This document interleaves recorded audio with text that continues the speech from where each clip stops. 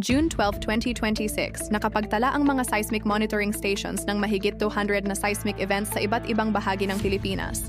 Ngunit isang lugar ang kapansin-pansing naging sentro ng aktibidad, ang karagatan sa paligid ng Sarangani, Balut Island at Davao Occidental. Nagsimula ang serye ng mga pagyanig bandang alas 12 ng madaling araw. Sa ganap na 12:09 AM, isang magnitude 4.3 na lindol ang naitala sa timog ng Balut Island. Makalipas lamang ang ilang minuto, sumunod ang magnitude 4.1 at pagkatapos ay magnitude 4.4. Habang lumilipas ang mga oras, hindi tumigil ang aktibidad. Sunod-sunod na naitala ang mga pagyanig sa parehong rehiyon.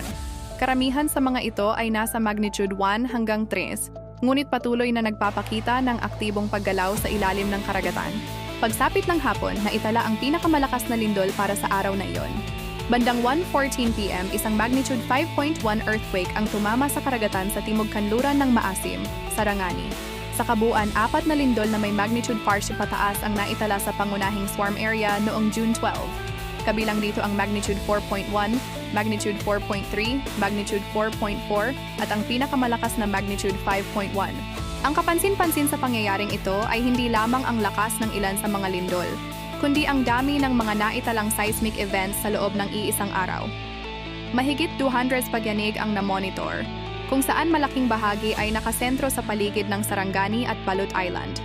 Ang ganitong sunod-sunod na pagyanig sa isang lugar ay tinatawag na earthquake swarm. Ito ay isang serye ng maraming lindol na nangyayari sa loob ng maikling panahon sa iisang rehiyon.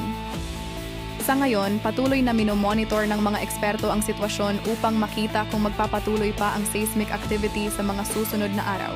Para sa mga update tungkol sa lindol, bulkan, panahon at iba pang natural hazards, manatiling nakaantabay dito sa NACI PH Cosmos.